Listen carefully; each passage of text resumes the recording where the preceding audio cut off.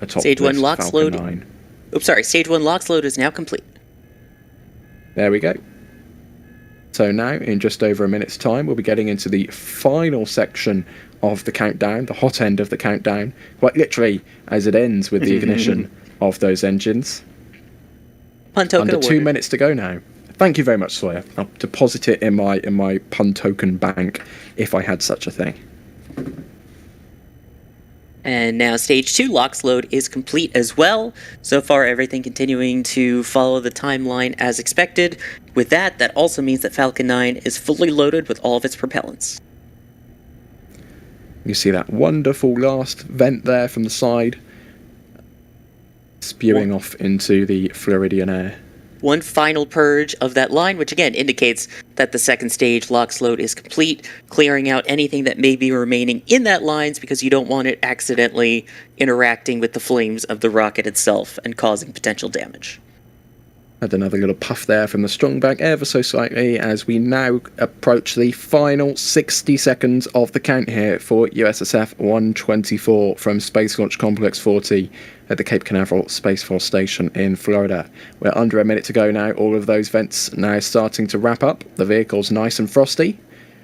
All the liquid oxygen is on board. All the kerosene is on board. It should also be pressurized for flight, and the onboard computer should have control in what's known as Falcon 9 entering startup. Vehicle is now on itself, controlling itself rather. It's not standing on top of itself, that would be a little bit worrying. 30 seconds to go now. We just need the official confirmation from the launch director that we are go for launch, and then we're good to go. 15 seconds approaching now. We are go for launch from the mission director. 10 seconds to go. Look to the bottom of the strong back. Here comes the deluge. We have an ignition and liftoff of USSF 124. We're off and away with this mission. Falcon 9 has cleared the tower. It will start to pitch down range. Here we go. Let's listen in for the sound.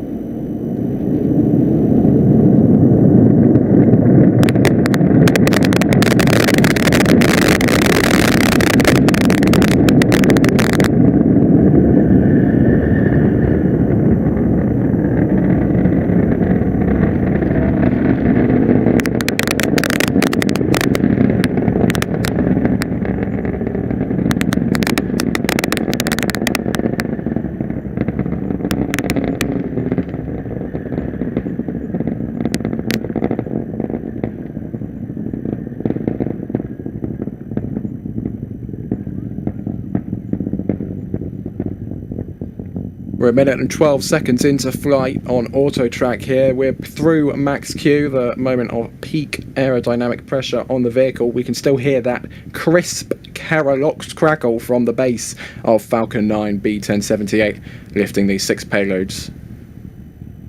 We also had a great view of it breaking the sound barrier there right as we switched to the tracking camera. That was not a cloud it went through, that was the vapor cone forming. Beautiful shot here from the ground as Falcon 9 pitches down range into its east-northeast trajectory. This from the press site of one of our bots, I believe. Beautiful track here as the thinner atmosphere allows the plume of those 9 Merlins to expand.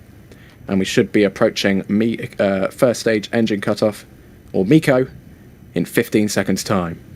Right, we're going to have 3 events in quick succession at that point. As you mentioned, MECO, main engine cutoff, followed by the stage separation between the first and second stages. At that point, we should have ignition of the MVAC, the Merlin vacuum engine, for the second stage. Meanwhile, that first stage is going to perform its boost back burn to turn itself back towards the Cape to land at the landing zone.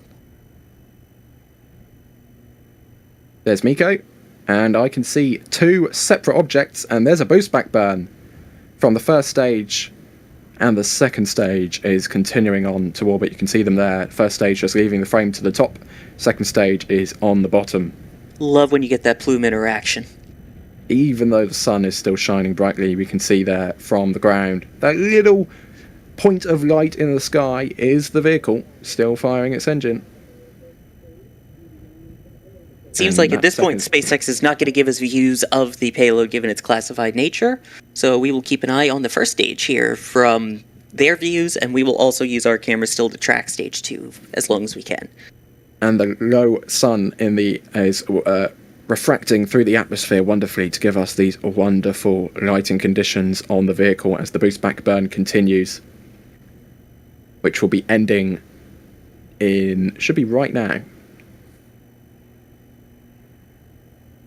You can see that second stage continuing its burn there. As well as first stage, I believe. Yeah, I believe that first stage is being tracked as well with our auto track there. Again, it will come back in for a landing. Besides the boost back burn, there are still 2 more engine burns to slow it down, including the entry burn, followed by the landing burn, where hopefully it will touch down at the landing zone about 8 minutes after flight. Yeah, just for everyone who's now joining us during the launch, this is a United States Space Force mission. It's a classified mission, which means, as always, we don't get live views from the second stage, unfortunately, because of national security. So if you're wondering why we're not showing the second stage, it's because we're not allowed to we're not allowed to see it, basically. As you can see, the shadows now on the grid fins of B-1078 as it positions for its entry burn back into the Earth's atmosphere, as it will aim on what we believe will be landing Zone 2 back at the Cape Canaveral Space Force Station in Florida. Wonderful view of the atmosphere here from the onboard cameras of this booster. You can also see the cold gas thrusters, those little puffs that you see helping to kind of steer the vehicle at this point, and it's in the thinner parts of the atmosphere. Once it gets to the thicker parts of the atmosphere, that's when you'll see those grid fins, the waffle-looking things, start moving to help steer it. Clouds looking absolutely beautiful over the Atlantic today. As Julia was saying, there's barely a cloud in the sky in Florida. It's a beautiful weather for a beautiful launch. And it is also past the highest point in its trajectory, and you can now see from the numbers in the bottom left there that the altitude is decreasing. You will see the speed increasing quite a lot as well, but the 2 burns will help slow it down to 0 by the end. And in just under a minute's time, we should see the first stage beginning the entry burn. This is a view from inside the interstage, looking up towards where the second stage used to be. It's no longer there. It's currently on its way to a low Earth orbit, along with the 6 payloads on board. And the actual timing for the entry burn is 6 minutes and 16 seconds, but SpaceX's Falcon 9 doesn't actually follow the timings. It's all based off of telemetry and live data. So if that entry burn starts a little bit before or a little bit after, it's perfectly okay, because it's just how the vehicle works. We would rather have accurate data than just being based off of timings. Yeah, the only time that isn't approximate is the launch time itself, the T0. Everything else is approximate and is usually within a couple of seconds. Yeah. So fingers crossed we should see this entry burn starting. As we can see the cold gas thrusters puffing along. And here is the entry burn, caught from the ground. I believe Julia is operating this camera. So here comes the booster, back through the atmosphere. We like to say this is fighting fire. Yep, you. I stole your line, Sawyer. I stole it. Basically, as it goes through this part of the atmosphere here, you can see it kind of slowing down. Also, with this being kerosene, which is a carbon-based fuel, that's how these vehicles continue to get sooty after all of these launches. And you will notice that the speed is still going to be going up, but that will actually decrease as it gets into the thicker atmosphere as well.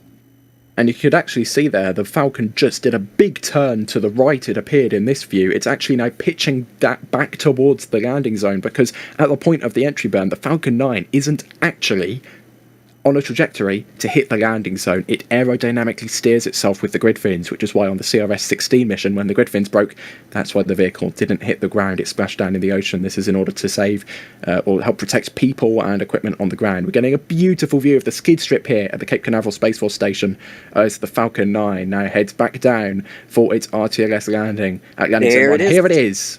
The engine's ignited, the Merlin's ignited on the bottom of B-1078. Landing legs should be deploying any second now. Any second now. Once it gets closer down, there we go. Now it's lower down, slowing down. There go the landing legs. It was higher up than I thought it was. And just over the trees here, it looks like a successful splashdown. Touchdown. Excuse me, touchdown rather. You can tell I've been on a few streams today of B-1078 there. Right on schedule, it appears.